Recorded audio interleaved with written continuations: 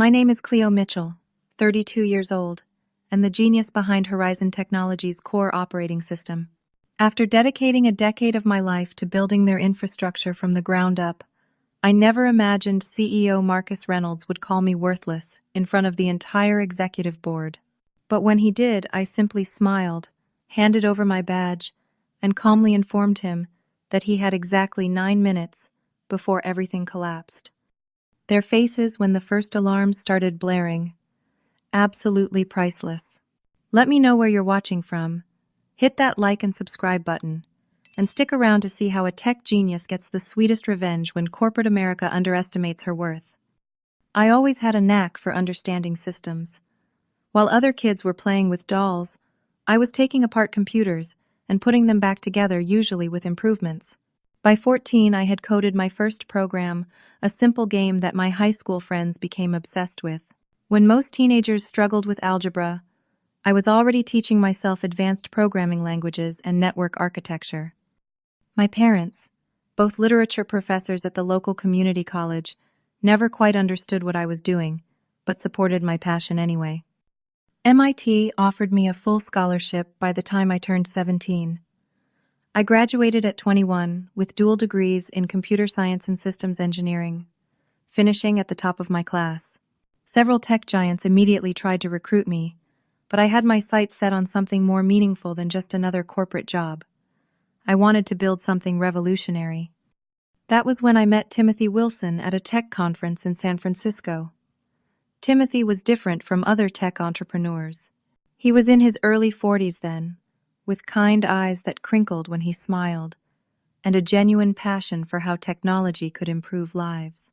His startup Horizon Technologies was barely a year old, operating out of what was essentially a glorified garage in Palo Alto. Most companies want to create products that sell, Timothy told me over coffee after his presentation. I want to create systems that matter. Those words resonated with me. 2 weeks later, I became Horizon's 5th employee and the only female engineer on the team.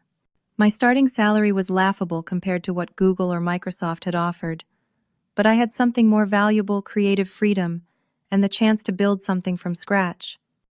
The early days were magical. We worked 16-hour days, sleeping on office couches and surviving on takeout and determination.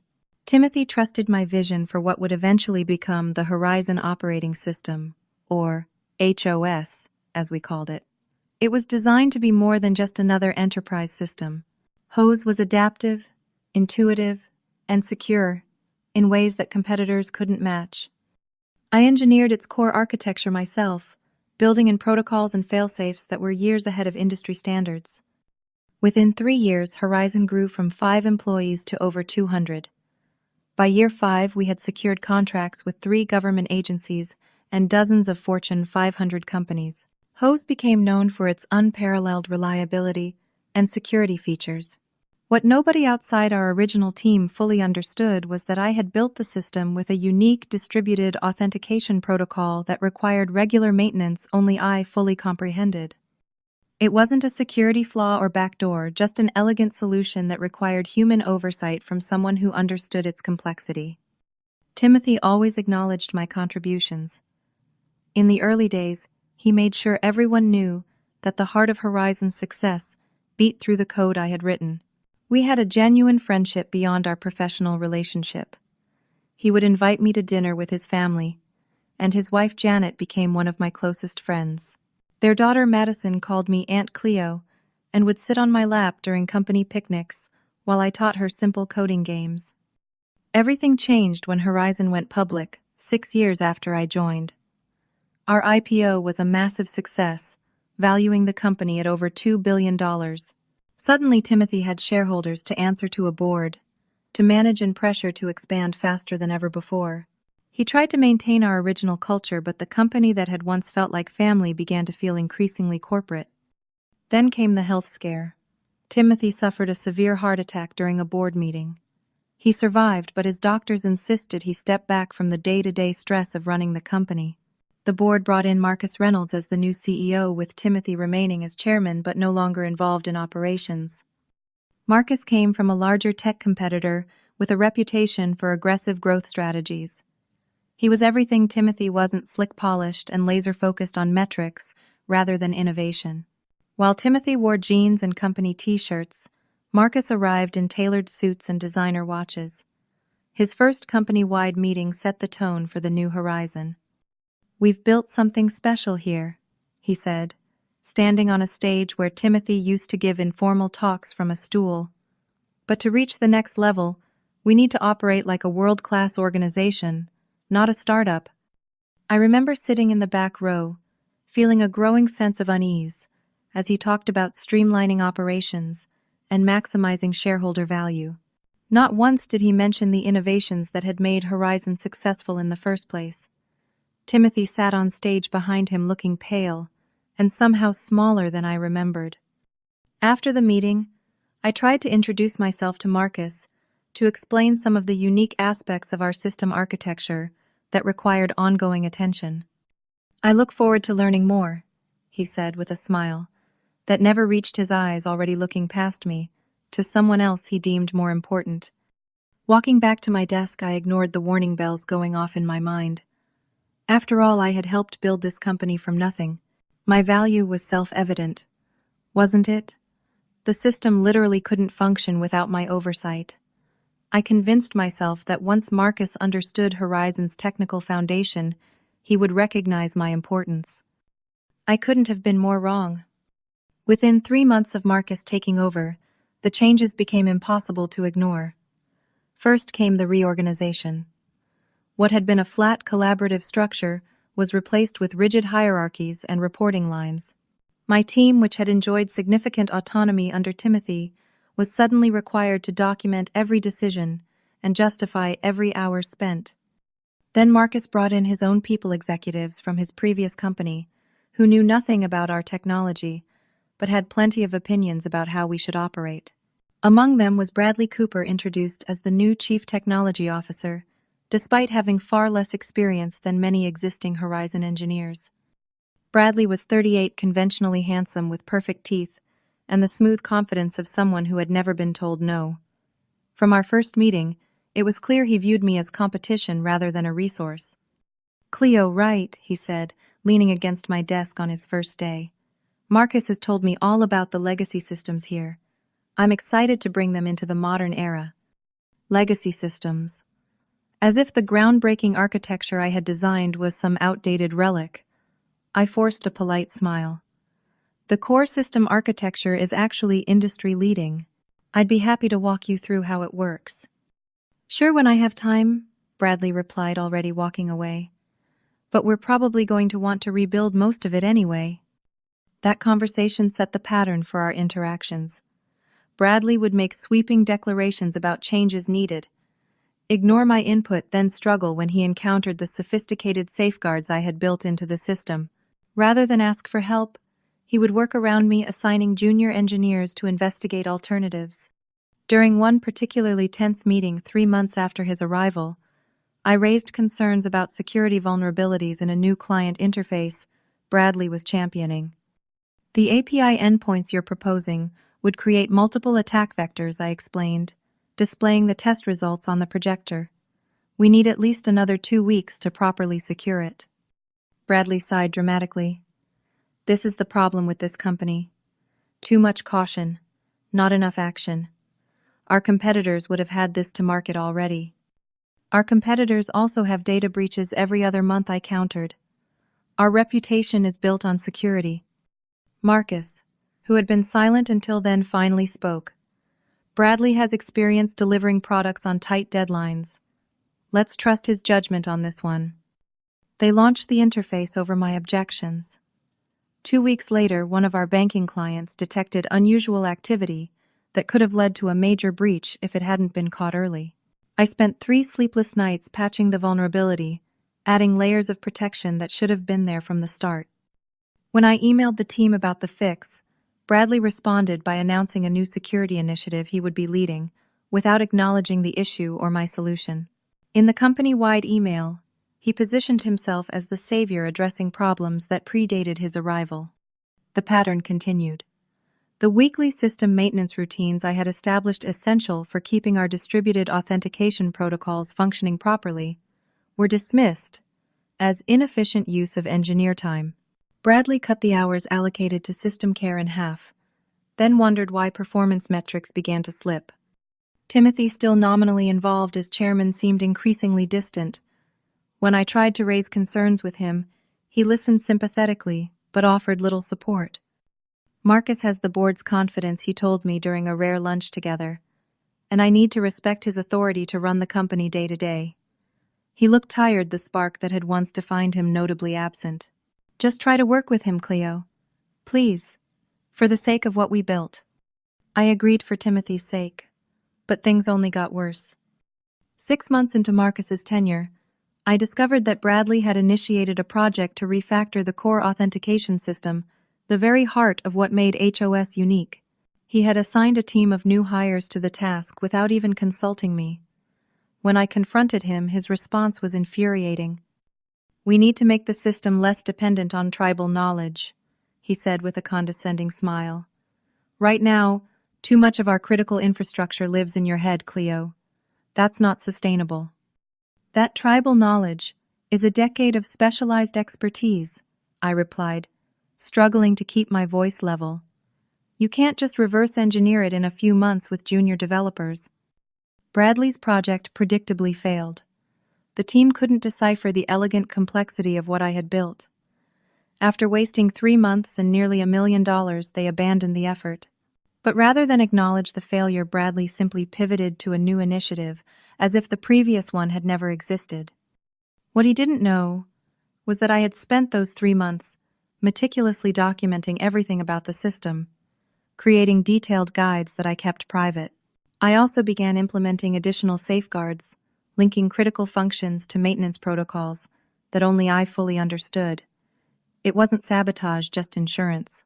The system would run perfectly as long as proper maintenance continued, but would gracefully degrade if neglected. I also started hearing rumors.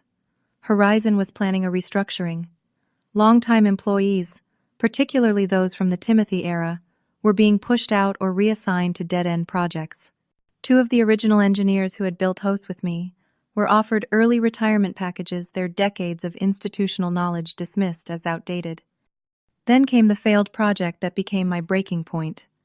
Bradley announced a major client implementation for the Department of Defense, promising features that our system wasn't yet equipped to deliver. When I raised concerns in the planning meeting, Marcus cut me off. "We've already made commitments based on the timeline Bradley provided," he said sharply. "Your job is to make it happen, not tell us why it can't be done." The project was a disaster from the start. Bradley's team built a flashy front end that completely ignored the architectural limitations of our system. 2 weeks before the delivery deadline, their solution catastrophically failed during testing, corrupting data and triggering system-wide alerts. I got the call at 2 in the morning. By the time I arrived at the office, the situation had escalated to a full-blown crisis. The team had been trying for hours to fix it, only making things worse with each attempt. I found Bradley in the conference room, tie, loosened eyes, wild with panic. "What did you do?" I asked, scanning the error logs displayed on the wall screen. "Just fix it," he snapped. "We can assign blame later." I spent the next 36 hours rebuilding what they had broken carefully, reconstructing the damaged data structures, and restoring system integrity. I didn't do it for Bradley or Marcus, but for the company Timothy had built, and for the clients who depended on our system. When it was finally stable again, I went home, slept for 10 hours straight, then returned to document exactly what had gone wrong and how I had fixed it. I sent the detailed report to Marcus, Bradley, and the entire project team. No one acknowledged it. Instead, at the next team meeting, Bradley presented a sanitized version of events that minimized the severity of the failure and completely omitted my role in saving the project. When I tried to correct the record, Marcus changed the subject. That night, I updated my resume for the first time in 10 years. But deep down, I still couldn't imagine leaving Horizon. It wasn't just a job to me. It was my life's work. I had built something remarkable. Something that mattered. How could I walk away from that? I didn't realize then that the decision would soon be made for me in the most humiliating way possible. The first concrete evidence that something was seriously wrong came in the form of an email that wasn't meant for me. One of the IT administrators, Jordan, had been with Horizon almost as long as I had. We had maintained a friendly relationship, even as the company culture shifted around us. One Tuesday morning, he forwarded me a message with a short note. "You should see this. Be careful." The forwarded email was from Bradley, to the IT department, requesting that my system access be quietly restricted in preparation for upcoming organizational changes. The message specifically instructed that I should not be informed of the restrictions. My hands shook as I read it. After 10 years of dedicated service, they were planning to cut me off from my own creation without even the courtesy of a conversation. I immediately backed up all my documentation and personal projects to an external drive, something I should have done months earlier. That same day, I noticed other subtle changes. Meetings I would normally have been invited to were scheduled without me. Conversations would stop when I entered the break room. Junior engineers who usually came to me with questions were suddenly unavailable or claimed they'd been instructed to consult with Bradley's team instead. I needed more information. Using access I still maintained to the company's email server, a privilege from the early days that had apparently been overlooked. I searched for communications between Marcus and Bradley that mentioned my name. What I found was devastating. "We need to extract as much institutional knowledge as possible before proceeding with Mitchell's termination," Bradley had written 2 weeks earlier. "Her system is unnecessarily complex, possibly deliberately so to make herself indispensable. Once we have what we need, we can rebuild it with proper documentation and modern architecture." Marcus's reply was equally cold. "Agreed.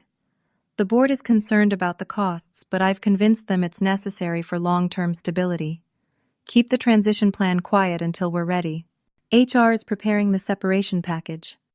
They weren't just planning to fire me. They were planning to erase me, to rewrite the history of what I had built. The revelation left me numb. For hours I sat at my desk, staring at my monitor, trying to process the betrayal. That evening I made a decision. If they wanted to pretend I hadn't been essential to Horizon's success, I would document exactly how essential I was.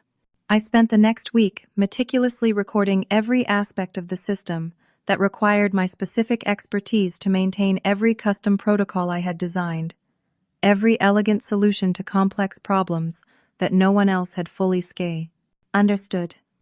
I also quietly implemented additional security protocols tied to my personal authentication. These weren't backdoors or time bombs, nothing so crude or unethical. They were simply legitimate maintenance requirements that would ensure the system's integrity in my absence. If proper handover procedures were followed, I would provide all the necessary information to keep everything running smoothly. If they chose to push me out without proper knowledge, the system would gradually begin to fail in predictable, non-catastrophic ways. 3 days after discovering the emails, I encountered Bradley in the parking garage late at night. I had been working until midnight, finalizing my documentation. He seemed surprised to see me. "Working late?" he asked, with forced casualness. "Just making sure everything's properly maintained," I replied. "The authentication servers need regular attention. They're the backbone of the entire system." "About that," he said, leaning against his Tesla, "I've been meaning to discuss some changes to the maintenance protocols. My team thinks they're unnecessarily frequent." I met his eyes directly. "The protocols exist for a reason, Bradley. Change them at your own risk." A flash of irritation crossed his face. "That's the problem, Cleo. Everything is at our own risk, because you've created a black box that only you understand. That's not how modern enterprises operate. I've offered to train your team properly from day one," I said. "You've declined every time." "Because your approach is outdated," he snapped, his polite facade cracking. "We need systems that don't rely on individual gatekeepers." "What you call gatekeeping, I call expertise," I replied calmly. "But by all means proceed without it. I'm sure that will work out great for everyone." I walked away, leaving him fuming beside his car. That confrontation was the last meaningful interaction we had before everything fell apart. The following week, the isolation intensified. My team was reassigned to other projects without explanation. My input was excluded from product roadmap discussions. Longtime colleagues began to avoid me in the hallways, clearly uncomfortable with what they knew was coming. Only one person reached out. Amanda from HR, who had been with the company nearly as long as I had asked me to coffee at a shop several blocks from the office. "I'm not supposed to say anything," she said, looking around nervously to ensure no one from Horizon was nearby. "But they're planning to terminate you at the executive meeting on Friday. Marcus wants to make an example of you." My stomach dropped. "An example? What does that mean?" Amanda looked miserable. "He thinks you've been undermining Bradley's authority. He wants to show that no one is untouchable, not even founding team members." "Has Timothy approved this?" I asked. She shook her head. "Timothy's been removed from operational decisions. He only finds out after the fact now." She reached across the table and squeezed my hand. "I'm so sorry, Cleo. It's not right what they're doing." I thanked her for the warning and spent the next 2 days preparing. I finalized my documentation, organized my personal belongings, and made sure all my contingency measures were in place. If they wanted to remove me, fine. But they would need to acknowledge what I had built and provide a proper transition or face the consequences. Thursday night I could barely sleep, knowing what the next day would bring. I selected my outfit carefully, a charcoal gray suit I saved for client presentations, with a crisp white blouse, and the simple pearl earrings my grandmother had given me for graduation. I would meet their betrayal with dignity. The calendar invitation arrived at 8:15 Friday morning, executive strategy meeting, 10 a.m. boardroom. No agenda, no explanation, just the final act of a play that had been in motion for months. As I walked toward the boardroom that morning, I felt a strange sense of calm. 10 years of my life had been dedicated to Horizon Technologies. I had poured my heart, mind, and soul into building something remarkable. If this was how it ended, I would at least ensure they remembered exactly who I was and what I had created. I had no idea just how memorable that morning would become. The Horizon Technologies boardroom occupied the entire northeast corner of the 15th floor, with floor-to-ceiling windows offering panoramic views of the city. When I arrived precisely at 10, the room was already full. Marcus sat at the head of the polished mahogany table with Bradley to his right. Around the table sat 12 other executives, most of whom had joined the company after Marcus took over. I recognized a few faces, but knew few of their names, a stark reminder of how isolated I had become. Conspicuously absent was Timothy. The founder's empty chair spoke volumes about who really controlled Horizon now.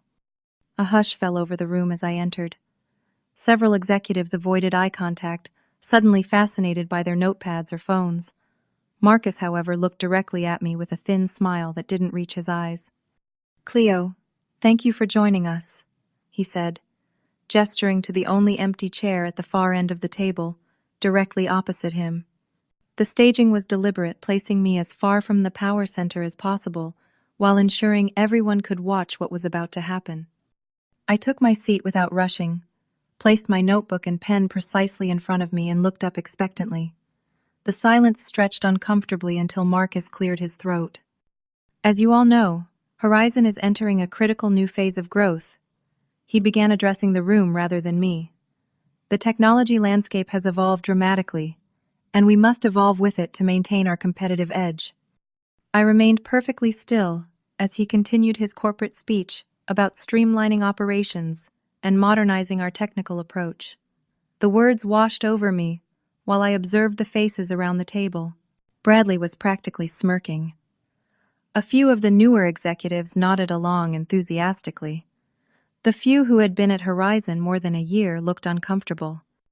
After several minutes of preamble, Marcus finally turned his attention directly to me. "Cleo, you've been with Horizon since the early days, and your contributions to our initial success were valuable."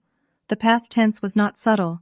However, as organizations mature, different skills become necessary. We need standardized, well-documented systems that can be maintained by teams rather than individuals. I said nothing, maintaining steady eye contact. Apparently unnerved by my silence, Marcus continued with a harder edge to his voice. The board has approved a comprehensive restructuring of our technical operations. As part of this restructuring, we've determined that your role as currently defined is no longer aligned with our strategic direction. You mean you're firing me? I said calmly, breaking my silence. A flash of annoyance crossed Marcus's face at having his carefully crafted corporate speak translated so bluntly. We're eliminating your current position, he corrected. Bradley will be leading an expanded technology team with a focus on modernizing our core systems. Bradley jumped in. We appreciate your historical knowledge, Cleo, but the reality is that your approach to system architecture is outdated. We need solutions that don't rely on a single person's expertise. I turned my gaze to him. And you believe you understand enough about how the system works to maintain it without me? We have a transition plan in place, he said, with confidence that I knew was entirely unfounded. A team has been documenting the core functionality for months. This was news to me, though I suspected he was referring to the failed refactoring project. I almost smiled at the thought of what those incomplete documents would fail to capture. Marcus, clearly wanting to regain control of the conversation, interjected. The point is, Cleo, your position is being eliminated effective immediately. HR has prepared a separation package that's quite generous considering the circumstances. Circumstances, I asked. His expression hardened. Your resistance to change has been well documented. Multiple reports indicate you've been uncooperative with Bradley's modernization initiatives. So that was the narrative they had constructed. I was being positioned as the difficult employee who couldn't adapt, rather than the architect who had built the very foundation of their success. I see, I said quietly. Marcus seemed to mistake my calm for resignation. His posture relaxed slightly as he continued. Amanda from HR. We'll walk you through the details of your separation. We'll need your badge and company devices before you leave the building, and IT has already begun the process of transferring your access credentials to the transition team. Then came the words that would change everything. The fact is, Marcus said, looking around the table, as if seeking affirmation from his audience, you're no longer valuable to Horizon Technologies, Cleo. The company has outgrown its dependence on any single individual. The room fell silent.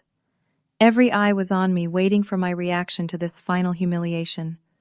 I felt a moment of genuine clarity, understanding completely that nothing I had contributed mattered to these people. 10 years of innovation, dedication, and passion dismissed in a single sentence.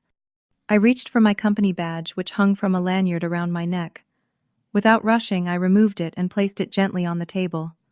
From my jacket pocket, I retrieved my company phone and set it beside the badge. You're right about one thing, Marcus. I said, my voice steady and clear in the silent room. No company should be dependent on a single individual. That would be poor system design. I stood up, smoothed my jacket, and picked up my personal notebook. Unfortunately, no one ever bothered to implement the knowledge transfer protocols I proposed when Bradley arrived. The authentication system requires maintenance, using procedures only I fully understand. Bradley scoffed. That's exactly the kind of gatekeeping attitude that necessitated this change. I smiled at him, genuinely amused by his confidence. It's not gatekeeping, Bradley. It's specialized expertise you chose to ignore rather than learn from. I turned back to Marcus. The system is designed to gracefully degrade if proper maintenance isn't performed. The distributed authentication protocols will begin to fail in approximately 9 minutes, followed by cascading failures across all interconnected systems. Marcus's face flushed with anger. If you've sabotaged company systems, that's a criminal act. I've done nothing of the sort, I replied calmly. I simply designed resilient systems that require proper care and expertise to maintain. All of this is thoroughly documented in reports you've chosen to ignore for the past year. I walked toward the door, then turned back one last time.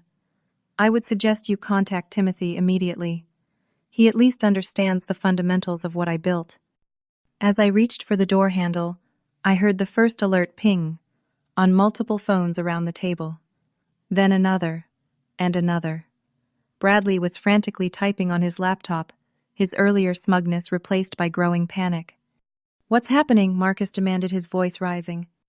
Exactly what I said would happen. I replied without turning around.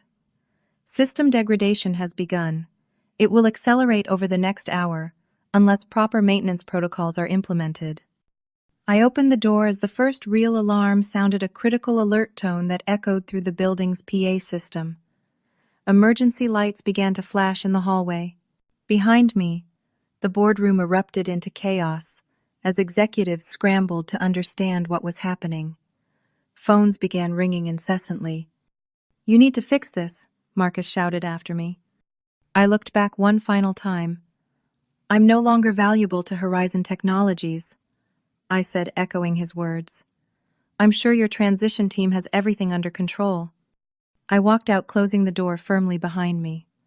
As I made my way toward the elevators, the sound of panicked voices grew louder behind me. Emergency alerts continued to flash overhead, but I didn't look back. I simply smiled. The drive home from Horizon headquarters was surreal. Traffic moved normally along the freeway. People walked their dogs in the neighborhoods. I passed a mail carrier delivered packages, all unaware that one of the country's most trusted technology companies was experiencing a major system meltdown.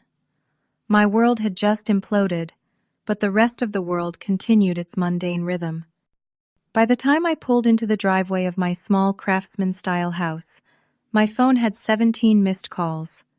15 from Horizon numbers, including 5 from Marcus himself, 1 from Timothy, and 1 from an unknown number. There were also 23 text messages ranging from pleading to threatening, all asking essentially the same thing: what had I done to the system, and how could it be fixed? I ignored them all, unlocked my front door, and immediately headed to the bathroom, where I threw up everything in my stomach. The adrenaline that had carried me through the boardroom confrontation crashed, leaving me shaking and nauseated. I sat on the cool tile floor back against the bathtub and finally allowed myself to feel the full impact of what had just happened. 10 years. Gone in an instant, ended with the cruel declaration that I was worthless to the company I had helped build from nothing.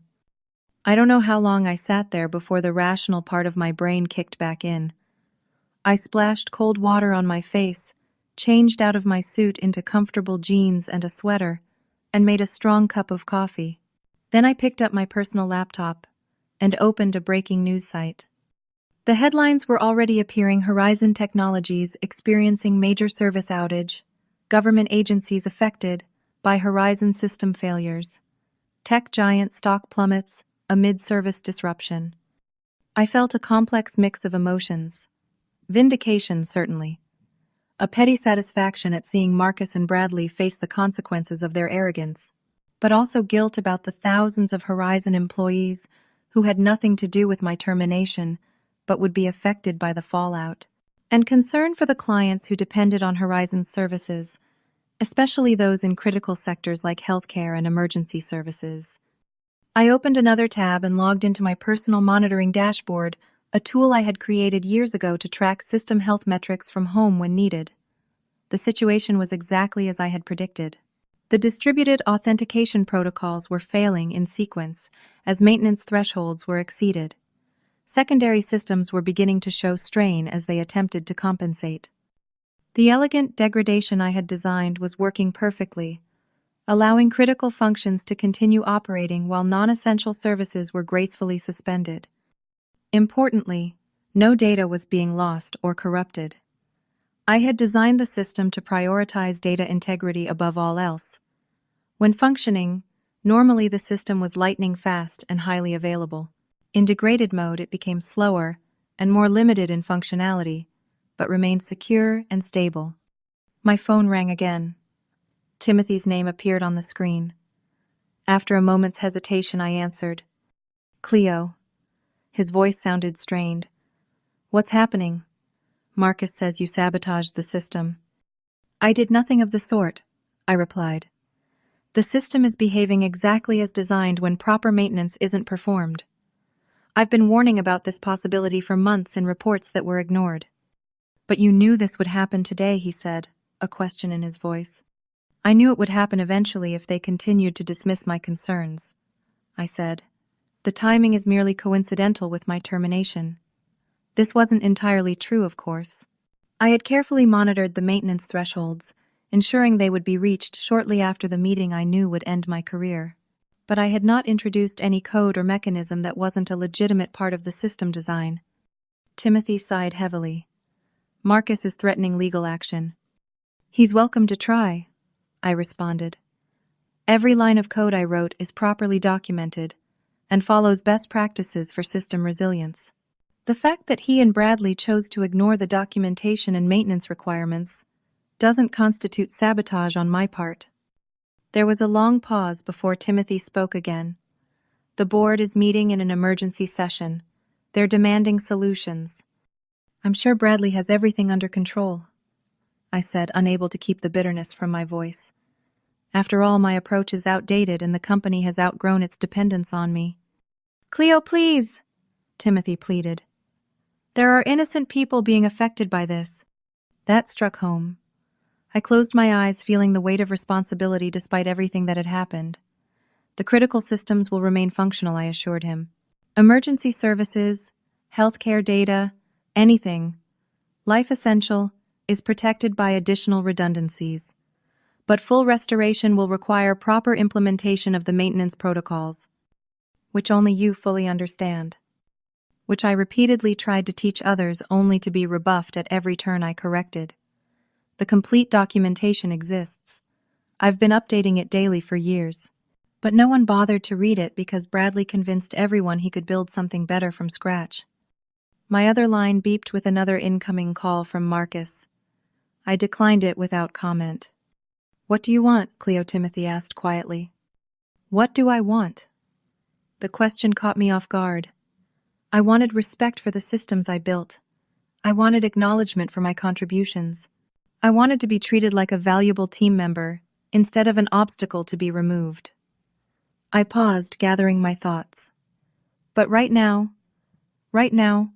I want to be left alone to process being fired from the company I helped build. People are panicking, Timothy said. The stock has dropped 20% in the last hour. That sounds like a management problem, I replied. And I'm no longer part of management. We ended the call without resolution. I set my phone to silent and turned back to my laptop, watching the system metrics continue their controlled descent. Despite everything, I felt a professional pride in how elegantly the degradation was progressing. No crashes, no catastrophic failures, just the steady, predictable decline I had designed as a last resort protection against exactly this scenario. My doorbell rang at 2:30 that afternoon. Through the peephole, I saw Amanda from HR standing on my porch looking uncomfortable. I opened the door. They sent you to deliver the separation papers, I asked. She nodded apologetically. And to ask if you would consider coming back as a consultant to help resolve the current situation. I laughed without humor. Let me guess. Marcus is still in charge, Bradley is still CTO, and they want me to fix everything without acknowledgement or apology, then leave quietly. Her expression confirmed my assessment. Thank you, but no, I said, taking the envelope she offered. I'll have my attorney review these and respond accordingly. Just as she was turning to leave, a black Tesla screeched to a halt in front of my house. Bradley jumped out, his normally perfect appearance, disheveled, his face flushed with anger or panic or both. You need to come back right now, he demanded, storming up my front walk. The entire authentication layer is collapsing. As I predicted would happen without proper maintenance, I replied calmly. Cut the crap, Cleo, he snapped. Whatever you did to the system, you need to undo it immediately. We have government contracts at stake. I stared at him, amazed by his continued refusal to understand the reality of the situation. I didn't do anything to the system, Bradley. I simply stopped maintaining it in the specific way required to keep it functioning optimally. The same maintenance you repeatedly dismissed as unnecessary and refused to learn. Bullshit, he spat. No legitimate system would fail this catastrophically just from missed maintenance. Not catastrophically, I corrected.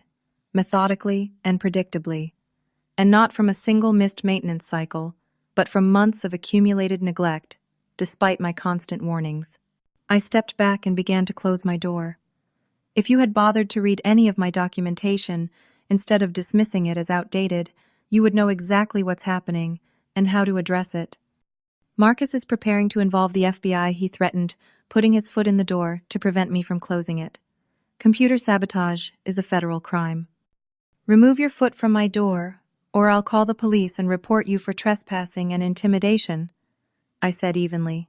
And please let Marcus know that I've maintained detailed records of every warning I provided about system maintenance requirements, along with his and your dismissive responses. I'm sure the FBI will find that very interesting. Something in my tone must have convinced him I was serious. He withdrew his foot, his face twisted with impotent rage. This isn't over. It was over the moment Marcus declared me worthless to the company, I replied. Now it's simply playing out to its inevitable conclusion. I closed the door and locked it, then leaned against it, heart pounding. Through the window, I watched Bradley storm back to his car, shouting into his phone as he drove away. As the afternoon turned to evening, the calls continued, growing increasingly desperate. I monitored the news as Horizon's stock continued to plummet. A company spokesperson released a statement about technical difficulties and promised resolution within hours, a timeline I knew was impossible, given their lack of understanding of the core systems.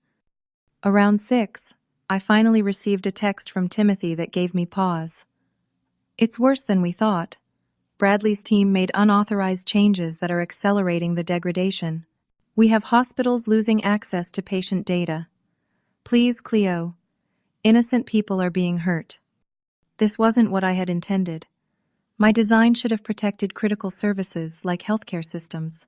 If Bradley's team had made changes without understanding the architecture, they could indeed have compromised those safeguards. I stared at the message for a long time, wrestling with my conscience. The company had treated me terribly. Marcus and Bradley deserved everything happening to them professionally. But patients in hospitals, they were innocent bystanders. With a heavy sigh, I picked up my phone and called Timothy. I'll help restore the critical healthcare systems, I said when he answered. But I have conditions. Timothy arrived at my house 30 minutes later alone, as I had insisted. He looked exhausted, the lines in his face deeper than I had ever seen them. I led him to my home office where I had multiple monitors set up, displaying system diagnostics. How bad is it really? I asked, offering him a cup of coffee. Bad, he admitted, sinking into the chair beside my desk. The authentication failures have cascaded into the data access layer. Healthcare providers can't retrieve complete patient records. Financial transactions are stalling. Even some emergency service routing is becoming intermittent. I frowned. That shouldn't be happening. I designed specific isolation protocols to protect those critical services. Bradley's team made changes, Timothy explained. From what I understand, they were trying to streamline the authentication process about 3 weeks ago. They removed what they called redundant verification steps that were apparently slowing down certain transactions. I closed my eyes, momentarily overcome with frustration. Those weren't redundant steps. They were deliberately separated authentication phases to prevent exactly this kind of cascading failure. I turned to my main monitor and began typing rapidly. I need direct system access to assess the damage. Marcus has ordered all your access credentials revoked, Timothy said. I gave him a sideways look. Timothy, I designed the security system. Do you really think I can't get in if I need to? I continued typing as I spoke. I'm not using any back doors if that's what you're worried about. I'm using emergency recovery protocols that are fully documented, but apparently ignored by Bradley's team. Within minutes, I was examining the system's current state. The situation was indeed worse than I had anticipated. Bradley's streamlining had bypassed critical safety mechanisms, creating vulnerabilities that were now being exposed as the authentication layer degraded. This is going to take hours to stabilize, I said, after several minutes of assessment, and Marcus isn't going to like my conditions. What are they? Timothy asked. First, I will only communicate with you or with technical staff of my choosing from the original engineering team if any are still there.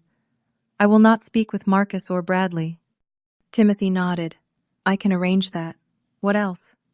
Second, I want a public acknowledgement of my role in building Horizon's core systems and an explanation of why the failure occurred that accurately reflects the decisions made by management. Timothy winced. Marcus won't like that. The PR team is already constructing a narrative about an external attack. That's a lie, and it will be exposed eventually, I said firmly.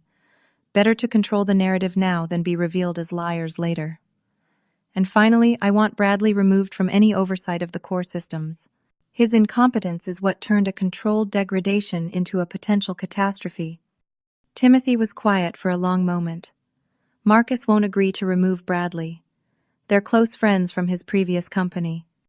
Then I'll focus my efforts on stabilizing only the healthcare and emergency service components, I replied.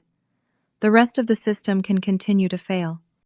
We went back and forth for nearly an hour, negotiating terms while I simultaneously worked to isolate and protect the most critical services.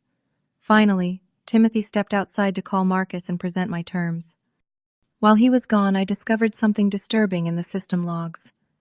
3 days earlier, someone had initiated a complete database replication to an external server, not on the Horizon network. The entire proprietary codebase client data, everything had been copied to this unknown destination. The user credential used belonged to Marcus himself.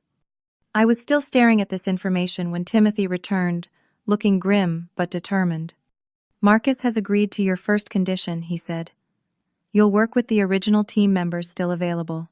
He's reluctantly accepted the second condition as well, although he wants to review the public statement before it's released. And Bradley? Timothy sighed.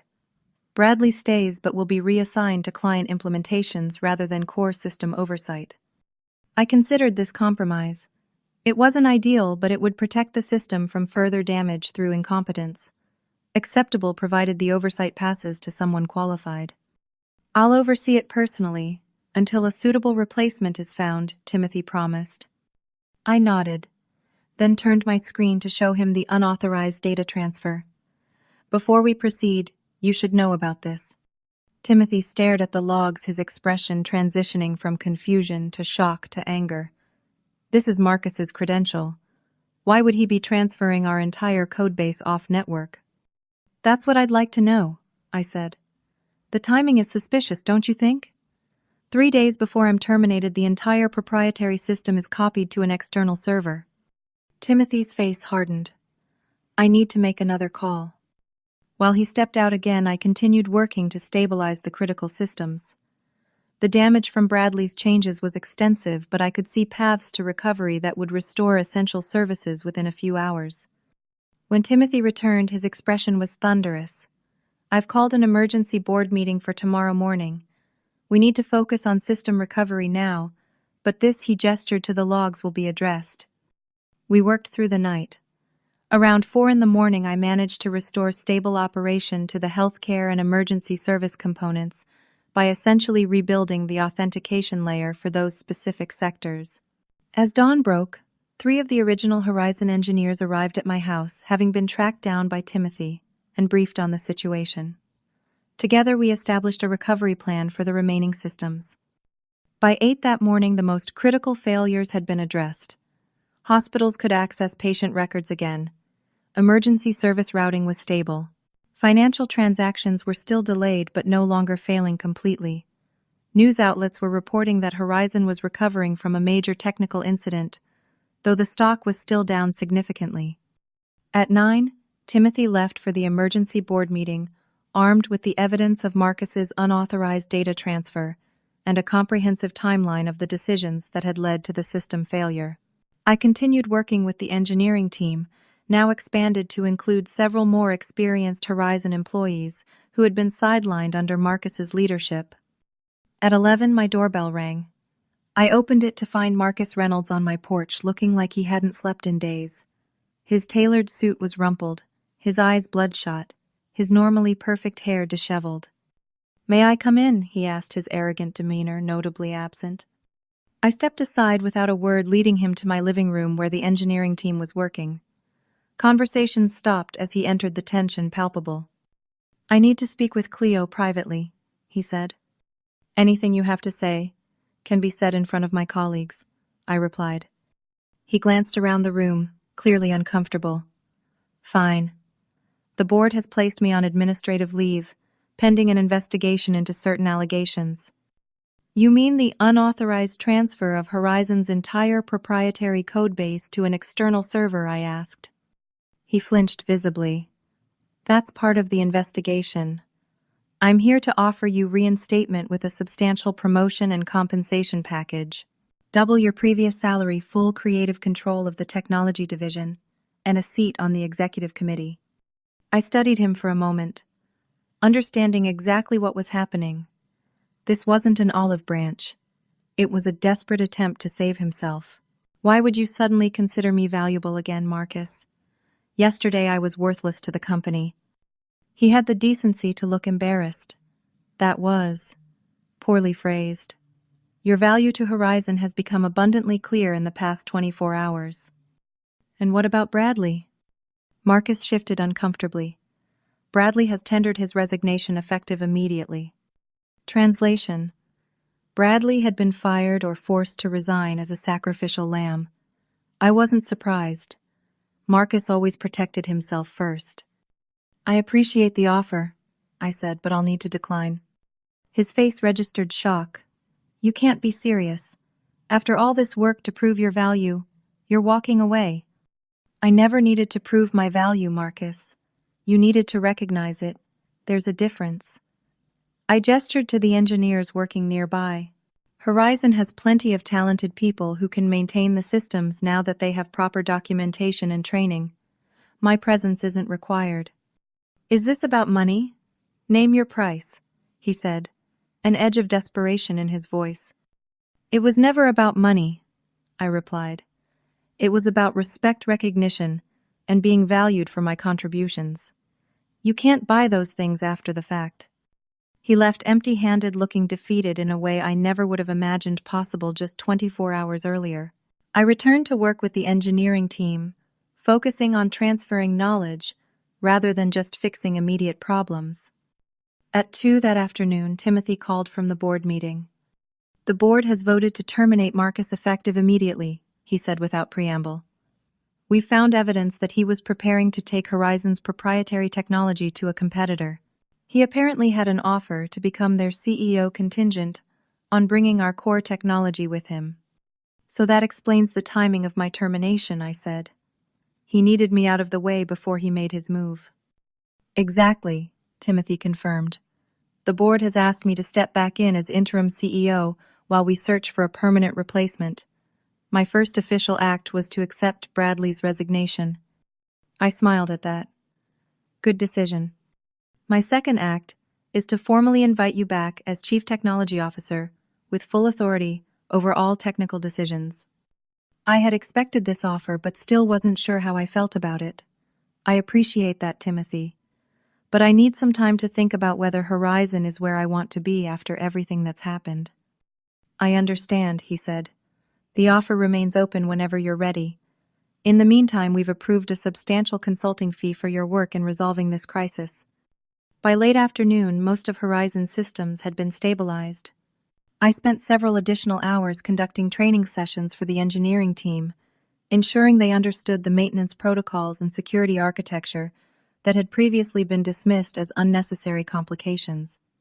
As the team finally packed up to leave around 8 that evening, one of the younger engineers approached me somewhat shyly. I just wanted to say she began working with you today. Has been the most educational experience of my career. The systems you built are brilliant. I smiled, touched by her sincerity. Thank you. They work pretty well when properly maintained. Some of us are talking about leaving Horizon, she continued. After seeing how they treated you, it doesn't feel like the right place anymore. This gave me pause. I hadn't considered the broader impact my situation might have on other employees. Don't make any hasty decisions, I advised. With Timothy back in charge, things may improve significantly. She nodded, but didn't look convinced. If you start something new, would you consider letting us know? Several of us would follow you in a heartbeat.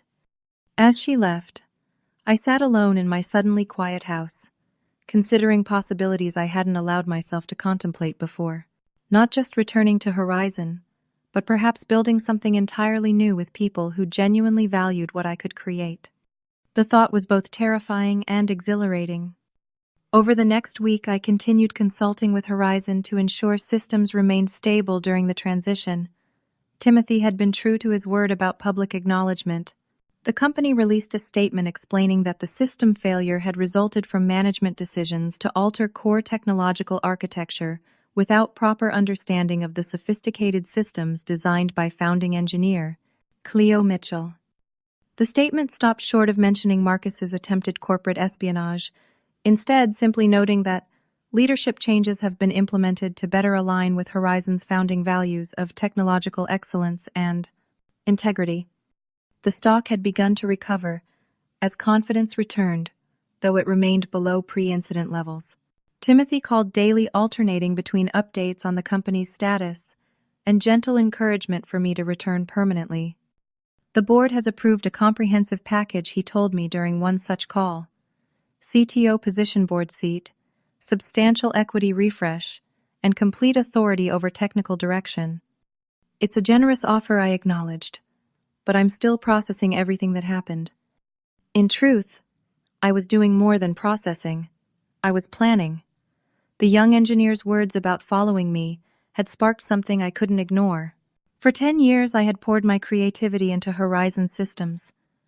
What might I create if I were building something completely new, surrounded by people who shared my vision and values from day one? 2 weeks after the system failure, I finally agreed to meet Timothy for dinner at a quiet restaurant near my house. He looked better than he had since his heart attack, some of his old energy returning now that he was back at the helm of the company he had founded. "You're not coming back, are you?" he asked, after we had ordered, showing the perceptiveness that had made him a successful leader. "No," I confirmed. "It's time for me to build something new." He nodded, looking unsurprised, but disappointed. "I thought that might be your decision. May I ask what you're planning?" "I'm starting my own company," I told him, "focused on creating secure, ethical technology systems with transparency and integrity as core values." Directly competing with Horizon, he asked, a hint of concern in his voice. I shook my head. Different market focus. I'm more interested in protecting vulnerable infrastructure than enterprise applications. Hospitals, municipal systems, essential services. The sectors that suffered most during Horizon's failure. Timothy considered this. That's a challenging market. Tight budgets, complex regulations, and critical importance, I added.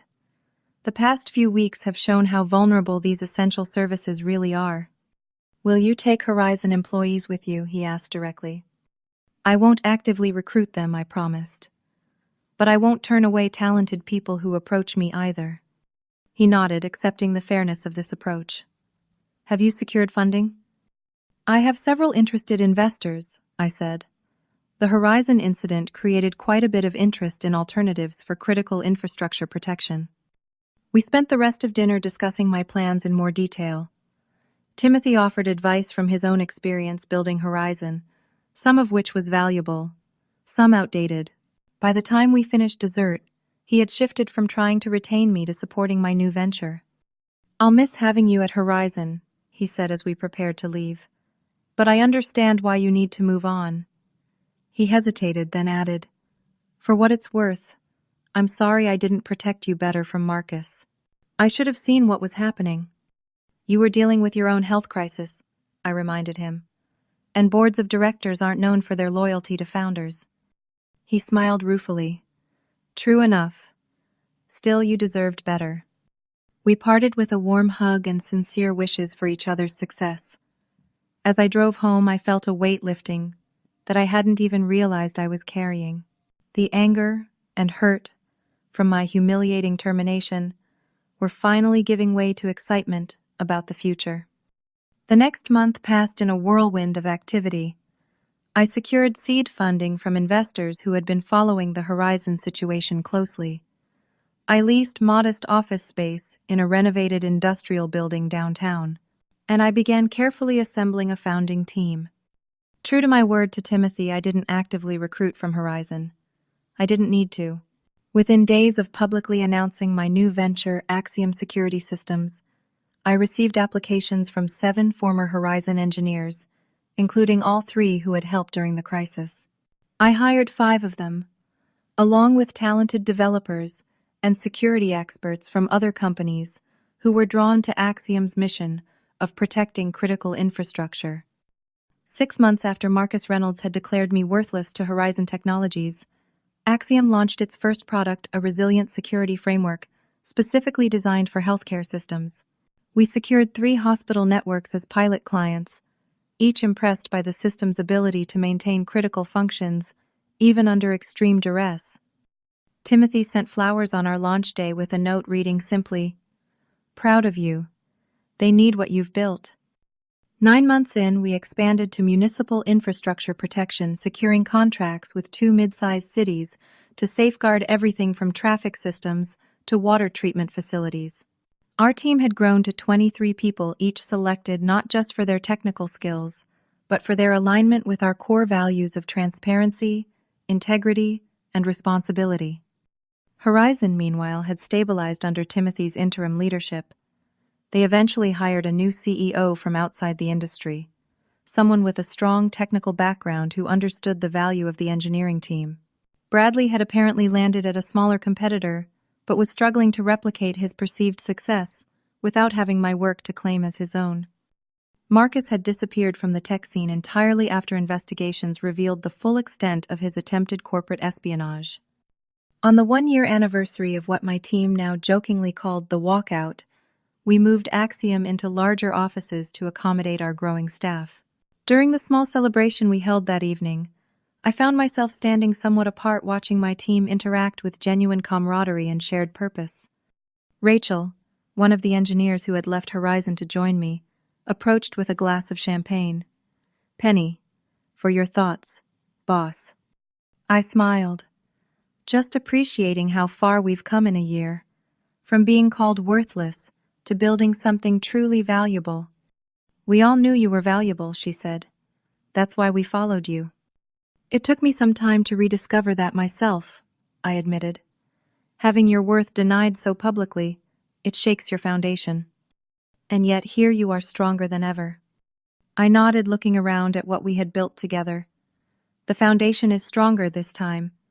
It's built on mutual respect and shared values. Later that evening, after most of the team had gone home, I sat in my office reviewing an email that had arrived during our celebration. A major hospital network that had been using Horizon systems was experiencing concerning instability and wanted to discuss transitioning to Axiom's platform immediately. I forwarded it to our business development lead with a note to schedule a meeting, then leaned back in my chair reflecting on the journey of the past year. Marcus Reynolds had intended to destroy my career when he called me worthless in that boardroom.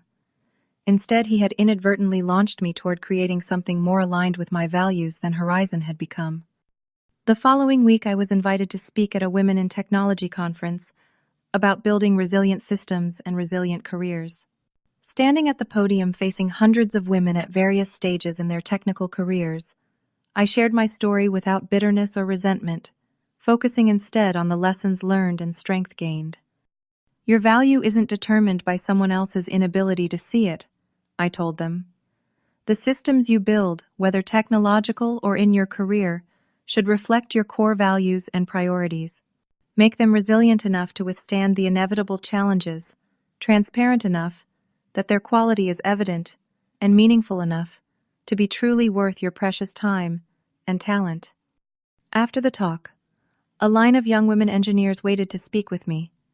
One after another, they shared stories of being undervalued, overlooked, or pushed aside, despite their contributions. I listened, offered what advice I could, and exchanged contact information with several particularly promising individuals who might fit well at Axiom in the future. As I drove home that evening, I reflected on how completely my life had transformed in a single year. From the devastating moment of public humiliation to the satisfaction of leading a company built on my own terms. The journey had been painful at times, but necessary to bring me where I needed to be. My phone rang through the car speakers. The display showed it was my assistant, Cleo, sorry to bother you after hours, but Timothy Wilson is trying to reach you. He says it's important. Put him through, I said, curious about what would prompt Timothy to call so urgently. Cleo, Timothy's voice came through, sounding genuinely pleased. I just heard the news about Central Health Network choosing Axiom over Horizon. Congratulations. I smiled. Thank you. They were concerned about stability issues with their current systems. No need to be diplomatic, Timothy chuckled. Horizon's healthcare division has been struggling since you left. The new team never fully understood the nuances of your architecture.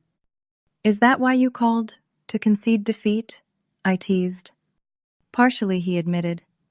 But also to let you know I'm stepping down from Horizon's board next month.